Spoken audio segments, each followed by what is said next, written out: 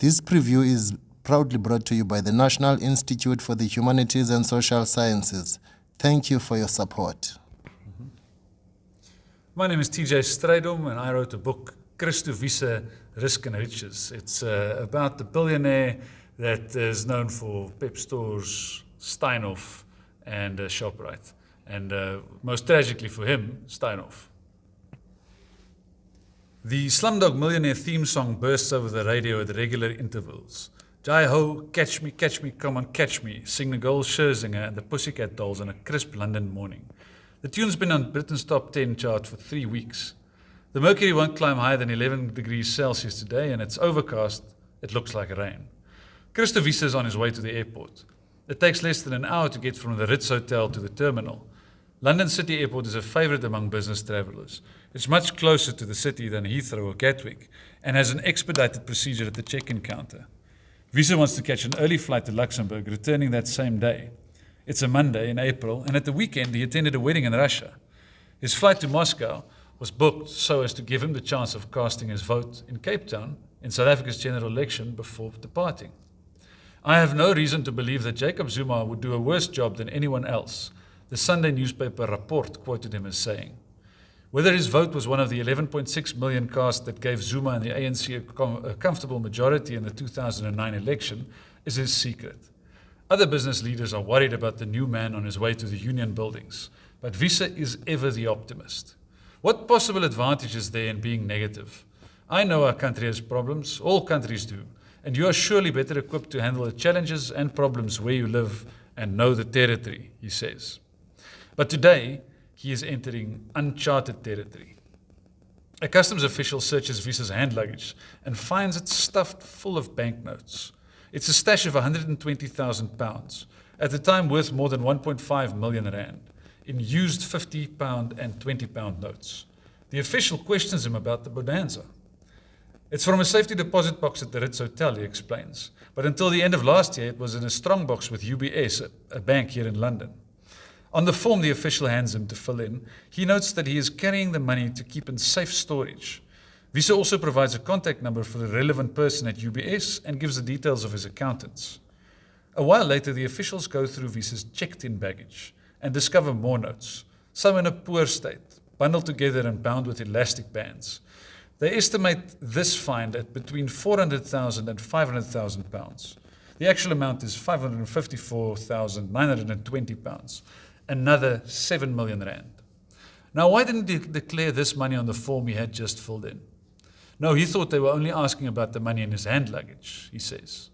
He explains to the officials that he is a regular visitor to the United Kingdom. He tells them that his company, Pepcore, has 4,000 stores that sell a variety of goods. The money they see here in his suitcase is from South Africa and is the proceeds of diamond deals in the 1980s and 1990s. The money was taken out of his home country in the form of traveller's checks and has been cashed abroad and then stored. Owing to South Africa's foreign exchange controls at the time, the money was taken either to Britain or Switzerland, and now he is on his way to Luxembourg to invest the money there or open an account. But then why keep the money in a strongbox all this time and not in a bank, they ask.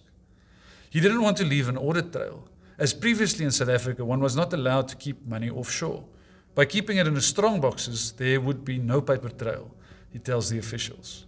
Wiese is polite and gives us cooperation throughout the questioning. He can go, but his money stays behind in the United Kingdom. The authorities apply to have it forfeited to the state. To them, this stash of notes looks as if it was laundered. And the rest of the book answers whether it was or not.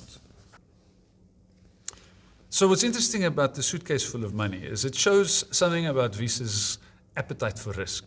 I mean, I get nervous when someone searches my bags at the airport, usually for something innocent like deodorant. I can only imagine 542,000 pounds or something of the like, and how nervous that must make you. But Wiese takes it in his stride. And I think with his business dealings over the years, he's also shown a bit of an appetite for risk that would make other people scratch their heads. Whether it's that appetite that led him to Steinhoff in the end, or whether he thought that was a safe bet in his old days, that's a question that he must answer. So Wiese met Marcus Jooste, who would later be the CEO of Steinhoff, the company in which Wiese invested a large part of his fortune in later years. In 1982, when Jooste was auditing one of Wiese's companies, at the time Wiese had just bought control of PEP Stores, or Pepkor at that time, and Jooste was an audit clerk who had come to look at the books. Strangely, many years later, more than 3 decades, it would be Jooste and the books that undoes quite a large part of Wiese's fortune. Over the years, they kept contact, and they only started really getting on the radar of each other in around 2009, I think, when there were rumors that Steinhoff was planning to buy or merge with Shoprite, another one of the big companies that Wiese controlled over the years. Over the next few years, Jooste and a consortium of investors bought the Lanzarote wine farm from Wiese, and there was plenty of share swaps of PSG shares into Steinhoff shares, which strengthened the relationship between them. And eventually, Wiese sells his lifelong asset, Pepkor, to Steinhoff for what was at that time the largest South African transaction between two companies. So from the friend zone, it went into a very complicated relationship between Wiese and Jooste. So Wiese says that he hasn't spoken to Marcus Jooste since that fateful day in December when he asked Jooste to come and help them sort out the books at Steinhoff. Wiese was the chairman, Jooste had just resigned as CEO, and it was costing everyone a lot of money. The fallout for Wiese has been that he says that he feels shocked, and that it was a terrible thing for him to have happened so late in his life, and that a lot of people invested alongside with him, and they lost a lot of money, not only himself. So on the 5th of December 2017, Steinhoff was the 7th largest company listed on the JSE. There was a lot of things that were brewing under the surface at that time. No one knew at that stage, or the general investor didn't know, that Marcus Jooste was about to resign.